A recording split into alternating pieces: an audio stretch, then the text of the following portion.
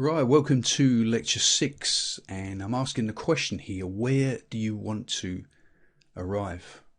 Where do you want to arrive? Very, very important question, because it's, as we just delve a little bit deeper into this, because we all will arrive at a destination. You know, if you ever go on holiday or something like that, you don't just go out and, don't turn up at the airport and say, right, I see what they got on offer. No, you've got a definite destination where you want to go. And if you don't know that before you start out, then you can just wander anywhere, and that's something that we can't take that chance to do that, especially when we want to design the life that we want. You've got to make definite plans. So ask the question, where do you want to arrive? Because we will all arrive somewhere. So for example, a month from now, I will arrive somewhere, you will arrive somewhere. 6 months from now, a year from now, you will arrive somewhere in life. But the question is it where you want to be? And, and that's why I've just asked the question is where? We will all arrive somewhere, but the question is where? And I've just put this little graphic up here, which talks about, you can see, there's two ways to go. There's good choices or bad choices. And you can see the man on the graphic there. He's not listening to the other people behind him. He's got to make his own decision, and that's why it's so important about we'll talk about this, in another lecture. But the people that you get around can influence the sort of decisions that you make. But it's very, very important to ask yourself this question, about where do you want to arrive? Because we will all arrive at one of two places. The number one is a designed destination. In other words, you put the things that you put the work in place where you actually want to arrive in place. Arrive at a place. And so that's obviously a good choice. But then there's also an undesigned destination, and that will be the result of a bad choice. Now, what is the difference between a designed destination and an undesigned destination? Is the fact is someone who's designed where they want to go, they've got a plan in place. So for example, here in the UK, we just had the elections, and the Conservative government has just got back into power again.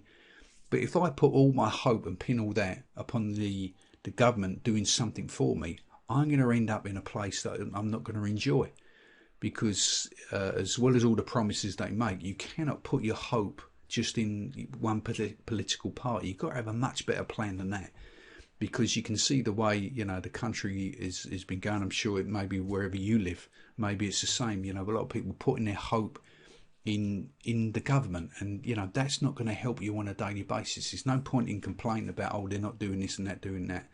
What are you doing? What are you doing to design it? And it's much better, because if you don't, you'll end up in an undesigned destination. And that's what a lot of people complain about. They're at a place in life that they really don't like, but they didn't take the opportunity to start looking at themselves and saying, right, well, what can I do about it? And so what they do, they leave their future in somebody else's hands. So if you leave your future in the government's hands, if you leave your future in your employer's hands, if you leave your future in, a friend's hands, whatever it may be, and you end up at a place that you really don't like, because what will happen is, if you arrive at an undesigned place, you'll be probably driving a car that you don't want to drive, living in a house where you don't want to live, living a life that you don't like, all because you let somebody else take care of that. And so, when you ask yourself, I often ask myself the question, what have other people got designed for me? And the answer always is not much. So, if you don't be one of the not much crowd. You have to design it. It's very, very important to ask yourself the question. That where we're going to arrive is very, very important. So, and you can start that journey today. You're going to arrive at the end, at the end of this week, just by making a little adjustment on the inside to sort of say, right, I'm going to think a little bit better this week. I'm going to read a book that's going to adjust my thinking. And you might start on the Monday, but if you keep doing that every day and reading that book every day, you'll be surprised by the Friday how you are thinking. And what you're now doing, you're turning yourself into a different individual that now is on the road to designing the life that they want. You're not letting it happen by chance, because you've taken the action that is necessary to do that. And it's only a small adjustment. It doesn't have to be something massive. You don't have to wait sort of 6 months down the road. You can, as I heard someone say, you can't change your destination overnight, but you can change your direction overnight. Where you want to go to, the plan that you got, that's not going to happen like tomorrow or this week. But what it is going to do is the adjustment that you make today.